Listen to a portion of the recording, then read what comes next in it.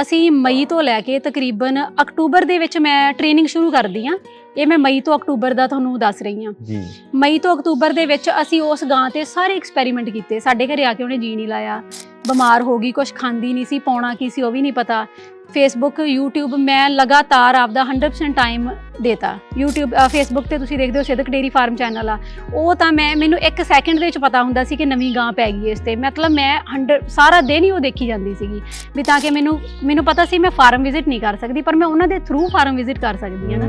ਉਹਨਾਂ ਦੇ ਥਰੂ ਫਿਰ ਮੈਂ ਉੱਥੇ ਬਹੁਤ ਸਾਰੀ ਮੈਨੂੰ ਮਤਲਬ ਨੌਲੇਜ ਮਿਲਣੀ ਸ਼ੁਰੂ ਹੋਈ ਹੈ ਨਾ। ਫਿਰ ਹੌਲੀ ਹੌਲੀ ਕਰਦਿਆਂ ਜਿਵੇਂ ਉਸ ਗਾਂ ਤੇ ਐਕਸਪੈਰੀਮੈਂਟ ਹੋਏ, ਉਹਨੂੰ ਫੀਵਰ ਹੋ ਜਾਂਦਾ ਸੀ, ਪਰ ਇਹ ਚੀਜ਼ ਸੀਗੀ ਕਿ ਅਸੀਂ ਡਾਕਟਰ ਨਹੀਂ ਬੁਲਾਇਆ ਡੇ 1 ਤੋਂ।